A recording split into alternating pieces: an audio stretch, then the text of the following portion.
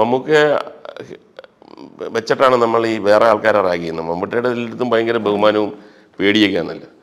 അപ്പം ഞാനും മമ്മൂക്കയും കൂടെ ഇങ്ങനെ നടന്നിങ്ങനെ വരിക ഒരു ലൊക്കേഷനിലോട്ട്, ഒരു ഹോസ്പിറ്റലിലാണ് നടന്നിങ്ങനെ വന്നപ്പോഴത്തേക്ക് ആ ഹോസ്പിറ്റലിൽ തന്നെ മെഡിക്കൽ കോളേജും കൂടെ ഉണ്ട് ആ ഹോസ്പിറ്റലിൽ, ഹൈദരാബാദിൽ. അവിടെ ഉള്ളൊരു മലയാളി പയ്യൻ അഭിനയിക്കുന്നുണ്ട്. അവൻ ഫൈനൽ ഇയറാണ്. പക്ഷേ സിനിമയോടുള്ള ആ ഭയങ്കര ആഗ്രഹം കാരണം ഡയറക്ടർ പറഞ്ഞ ഇയാൾ ഒരു സ്റ്റുഡൻ്റായിട്ട് തന്നെ അഭിനയിച്ചു. അപ്പോൾ കുറച്ച് ചെറിയ എന്തും ഡയലോഗൊക്കെ ഉണ്ട്. അപ്പോൾ ഇയാൾ ഡോക്ടർ പരീക്ഷയ്ക്ക് പഠിക്കുകയാണ്, കാണാനും നല്ല ഭംഗിയുണ്ട്.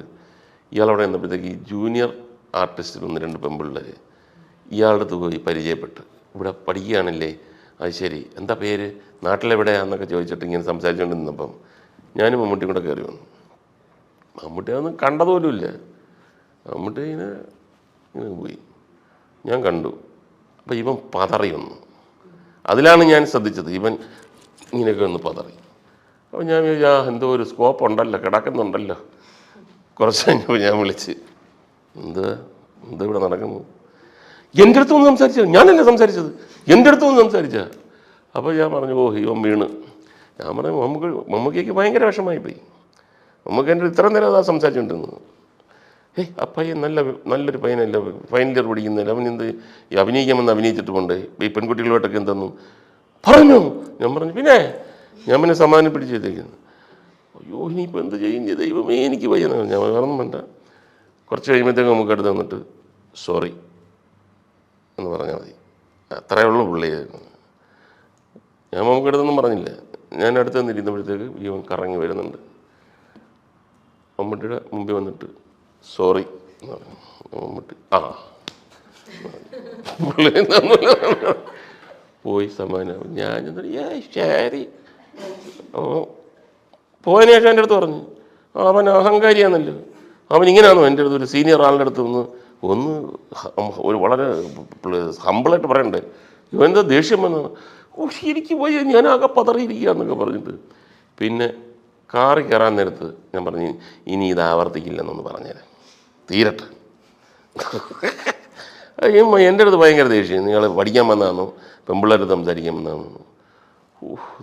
കാറിൽ കയറാൻ നേരത്ത് ഇവൻ ഇങ്ങനെ അസ്ത്രമിട്ടണൊക്കെ വന്നിട്ട്, ഇനി ഇത് ആവർത്തിക്കില്ല. ഞാൻ പറഞ്ഞു പിന്നെ മമ്മൂക്ക വീണ്ടും പുള്ളിക്ക് എന്താണ് പറയുന്നതെന്നോ എന്താന്ന് ആരോ എന്തോ പറഞ്ഞു. കാറിൽ കയറിയപ്പോൾ ഞാൻ ഫുൾ എപ്പിസോഡ് പറഞ്ഞു. പുള്ളി എന്നെ 2-3 അടി, ഇവിടെ കൊച്ചു പിള്ളേരെ നീതളെ. ഞാൻ ഇതൊക്കെ എന്ന് പറഞ്ഞാൽ ഇങ്ങനെയൊക്കെ കൊണ്ടും കൊടുത്തും കയറി വരണം, അതൊക്കെ ഒരു പാകപ്പെടുത്തലാണ്. അപ്പോൾ അങ്ങനെയൊക്കെയുള്ള റാഗിങ്ങൊക്കെ വരും. ഇപ്പം സിനിമയിൽ വന്നതിന് ശേഷം നമുക്ക് നടക്കുന്ന കുറച്ച് ലക്ഷറികൾ എന്താണെങ്കിലും ഉണ്ട്. അപ്പം നായസാബിൻ്റെ സമയത്ത് തന്നെ തോന്നുന്നു കാശ്മീരിൽ പോയപ്പോൾ ആപ്പിളിൻ്റെ ഒരു കഥ കേട്ടിട്ടുണ്ടായിരുന്നു. അപ്പം ചേട്ടൻ സിനിമയിൽ വന്നതിന് ശേഷം നടന്നൊരു ലക്ഷറി, അതുപോലെ തന്നെ നോബൽ സിനിമയിൽ വന്നതിന് ശേഷം നടന്നൊരു ലക്ഷറി എന്തായിരിക്കും? സിനിമ വന്നതിന് ശേഷം നടക്കുന്ന ലക്ഷറി പണ്ട് നമ്മൾ ഭയങ്കര ലക്ഷറി ആണെന്ന് വിചാരിച്ച ഒരു കാര്യം സിനിമയിൽ വന്നതിന് ശേഷം പെട്ടെന്ന് ഇതേ നടക്കും, അങ്ങനെ എന്തെങ്കിലും ഉണ്ടായിട്ടുണ്ടോ? ആൾക്കാർ നമുക്ക് സിനിമയിൽ വന്നതിന് ശേഷം മുകേഷ് പറഞ്ഞ പോലെ ആ ഒരു ലക്ഷറി ഉണ്ടെന്ന് വെച്ചാൽ ആൾക്കാർ നമ്മളെ കണ്ടിട്ട് നമ്മളെ അറിയാവുന്നവൻ, അതിൻ്റെ ഒരു എൻകാഷ് ചെയ്യാൻ പറ്റുന്നൊരു അവസ്ഥ എത്തുന്നുണ്ടെന്ന് വെച്ചാൽ ഒക്കെ ഒരു സിറ്റുവേഷൻ നമുക്ക് ആൾക്കാർക്ക് പൊതുവെ ഇപ്പോൾ നമ്മളധികം നമ്മളെ ഇൻട്രൊഡ്യൂസ് ചെയ്യേണ്ട ആവശ്യം വരുന്നില്ല. ഓക്കെ, ആൾക്ക് നമ്മളെ അറിയാം, കണ്ടപരിചയമുണ്ട്, ആ ഒരു അവിടെ തന്നെ ഒരു ബന്ധം അവർക്ക് തന്നെ ഉള്ള പോലെ തന്നെയാണ് അവർ സംസാരിക്കുന്നത്. അപ്പോൾ അതെപ്പോഴും ഗുണം ചെയ്തിട്ടുണ്ട്. എവിടെയെങ്കിലും പോവുകയാണെങ്കിൽ ഇന്ന ആളല്ലേ എന്നാ വന്നോളൂ ഇത് ചെയ്യാം. അപ്പോൾ അവർ ആ ഒരു ഹെൽപ്പ് എപ്പോഴും കിട്ടിയിട്ടുണ്ട്. അങ്ങനെ അതൊരു വലിയൊരു ലക്ഷറിയായിരുന്നു, നേരത്തെ ഇല്ലായിരുന്നു, അതിപ്പം വരാൻ തുടങ്ങിയത്. അല്ല, സിനിമ നടൻ എന്നുള്ള അല്ലെങ്കിൽ സിനിമയിൽ അഭിനയിക്കുന്നു എന്ന് പറഞ്ഞു കഴിഞ്ഞാൽ അത് ശരിക്കും വലിയ വ്യത്യാസമാണ് സാധാരണ. അപ്പം പെട്ടെന്ന് എൻ്റെ മനസ്സിലേക്ക് വരുന്നതെന്ന് പറഞ്ഞാൽ ഞാനും മണിയമ്പിള്ള രാജുവും കൂടെ അമേരിക്കയിൽ നിന്നും ഒരു ഷൂട്ടിങ് കഴിഞ്ഞിട്ട് തിരിച്ച് നാട്ടിലോട്ട് വരുവാണ്. അപ്പം അന്ന് ഇന്ത്യയിലുള്ള എല്ലാ സ്പീക്കർമാരും, എല്ലാ സ്റ്റേറ്റിലെയും സ്പീക്കർമാരും അവരുടെ ഫാമിലിയും അമേരിക്കയിലൊരു വലിയ കോൺഫറൻസ് കഴിഞ്ഞിട്ട് വരുന്നുണ്ട്. അപ്പോൾ കേരളത്തിലെ സ്പീക്കറും വൈഫും എല്ലാവരും ഉണ്ട്. പിന്നെ കനിഷ്ക വിമാനാപകടം നടന്ന സമയമാണ്, ഭയങ്കര ചെക്കിങ്ങാണ്. അപ്പം ഞങ്ങൾ നോക്കുമ്പം ഒരു ക്യൂ ഇങ്ങനെ കിടക്കുകയാണ്. ഞാൻ മണിയമ്പിള്ളയുടെ അടുത്ത് പറഞ്ഞു, എപ്പോൾ ചെല്ലാൻ, കാര്യം രാവിലെ ഉള്ളു ഫ്ലൈറ്റ്, ഇപ്പോൾ ഒരു വൈകുന്നേരം സന്ധ്യയ്ക്ക് ഒരു 10 മണിയായതേ ഉള്ളൂ. ഈ ക്യൂവിൽ നിന്ന് കഴിഞ്ഞാൽ അവിടെ എത്തുമ്പം നമ്മൾ ഫുൾ ടൈം നിൽക്കണം. നമ്മളില്ലാതെ പോകത്തില്ല, എങ്കിലും ഭയങ്കര ചതിയായിപ്പോയി. എന്തൊരു കഷ്ടമാണ്. ഇവരെല്ലാവരും കൂടെ കയറി ഇന്ന് തന്നെ വന്നെന്നൊക്കെ പറഞ്ഞ് ഞങ്ങളിങ്ങനെ ക്യൂവിൽ നിന്ന് ഇങ്ങനെ 3 എണ്ണം ആയപ്പോഴത്തേക്ക് ഇടയ്ക്ക് ഒരു ഓഫീസർ ഇങ്ങനെ ഒന്ന് നോക്കി. എയർ ഇന്ത്യയുടെ ഓഫീസറാണ്. പുള്ളി ഇങ്ങനെ കറങ്ങി വന്നിട്ട് എൻ്റെ അടുത്ത് ചോദിച്ചു, ഫിലിം ആക്ടർ മുകേഷ്? ഞാൻ പറഞ്ഞു അതെ. രാജു, രണ്ടുപേരുണ്ട്. ഞാൻ പറഞ്ഞിങ്ങനെ ഒരു ഷൂട്ടിംഗ് ഉണ്ടായിരുന്നു. ഒരു കാര്യം ബാ ബാ ബാ എന്ന് പറഞ്ഞിട്ട് ഇത്രയും ആൾക്കാർ നിൽക്കുന്നതിൻ്റെ ഇടയിൽ കൂടെ പോയിട്ട് വേറൊരാളുടെ അടുത്ത് വിളിച്ച് പറയുന്നു, 2 തീവ്രവാദികളെ കിട്ടിയിട്ടുണ്ട്, സ്ഫോടനം ചെയ്യാൻ വേണ്ടി. മലയാളത്തിലാണ് പറയുന്നത്.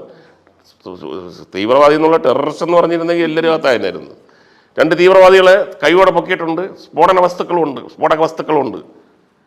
ഞങ്ങളെ മാത്രം തിരിഞ്ഞു നോക്കുമ്പോൾ അവിടെ സ്പീക്കറും ഫാമിലിയും ഇവരെല്ലാം വലിയ വലിയ ഉദ്യോഗസ്ഥന്മാർ ക്യൂവിൽ നിൽക്കുകയാണ്.